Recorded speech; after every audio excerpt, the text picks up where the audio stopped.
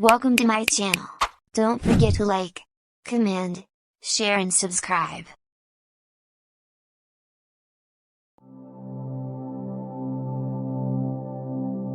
Ada Lovelace, in full Ada King, Countess of Lovelace, original name Augusta Ada Byron, Lady Byron, born December 10, 1815, Piccadilly Terrace, Middlesex, now in London, England, died November 27, 1852, Marylebone, London, English mathematician and associate of Charles Babbage, for whose prototype of a digital computer she created a program. She has been called the first computer programmer.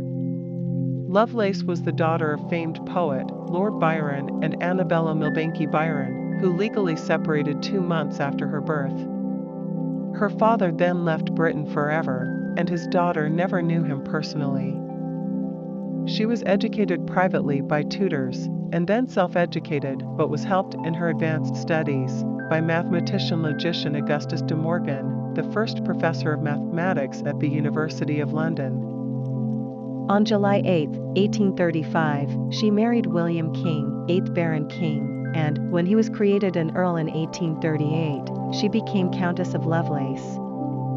Lovelace became interested in Babbage's machines as early as 1833, when she was introduced to Babbage by their mutual friend, author Mary Somerville, and, most notably, in 1843 came to translate and annotate an article written by the Italian mathematician and engineer Luigi Federico Minabrea. Notions sur la machine analytique de Charles Babbage, 1842, elements of Charles Babbage's analytical machine. The more I study, the more insatiable do I feel my genius for it to be. That brain of mine is something more than merely mortal, as time will show. If you can't give me poetry, can't you give me poetical science? Understand well as I may, my comprehension can only be an infinitesimal fraction of all I want to understand. Mathematical science shows what is. It is the language of unseen relations between things. But to use and apply that language, we must be able fully to appreciate, to feel, to seize the unseen, the unconscious. Those who have learned to walk on the threshold of the unknown worlds, by means of what are commonly termed par excellence the exact sciences, may then, with the fair white wings of imagination, hope to soar further into the unexplored amidst which we live. The intellectual, the moral, the religious seem to me all naturally bound up and interlinked together in one great and harmonious whole.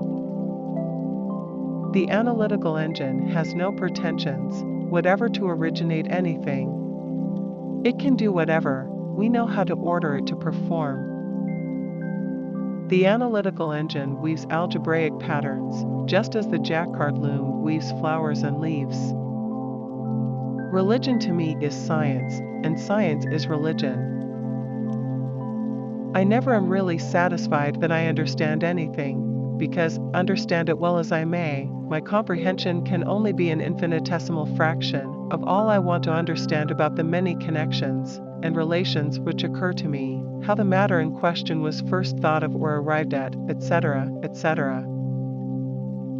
One essential object is to choose that arrangement which shall tend to reduce to a minimum the time necessary for completing the calculation. Forget this world and all its troubles, and if possible its multitudinous charlatans, everything in short but the enchantress of numbers. The analytical engine has no pretensions whatever to originate anything. It can do whatever we know how to order it to perform. It can follow analysis, but it has no power of anticipating any analytical relations or truths. Its province is to assist us to making available what we are already acquainted with. I believe myself to possess a most singular combination of qualities exactly fitted to make me preeminently a discoverer of the hidden realities of nature. I am much pleased to find how very well I stand work, and how my powers of attention and continued effort increase. I don't wish to be without my brains, though they doubtless interfere with a blind faith, which would be very comfortable. It may be desirable to explain that by the word operation, we mean any process which alters the mutual relation of two or more things, be this relation of what kind it may. This is the most general definition, and would include all subjects in the universe.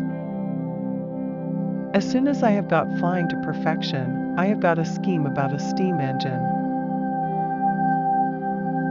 I am never so happy as when I am really engaged in good earnest. It makes me most wonderfully cheerful merry at other times, which is curious very satisfactory. I am in a charming state of confusion. I think I am more determined than ever in my future plans, and I have quite made up my mind that nothing must be suffered to interfere with them. I intend to make such arrangements in town as will secure me a couple of hours daily, with very few exceptions, for my studies. Thus, not only the mental and the material, but the theoretical and the practical and the mathematical world are brought into more intimate and effective connection with each other. The science of operations, as derived from mathematics more especially, is a science of itself, and has its own abstract truth and value. I was rather foolish in saying that I did not like arithmetic, and to learn figures when I did, I was not thinking quite what I was about. The sums can be done better, if I tried, than they are. Your best and wisest refuge from all troubles is in your science. Imagination is the discovering faculty, preeminently. It is that which penetrates into the unseen worlds around us, the worlds of science. The object of the engine is in fact to give the utmost practical efficiency to the resources of numerical interpretations of the higher science of analysis, while it uses the processes and combinations of this latter.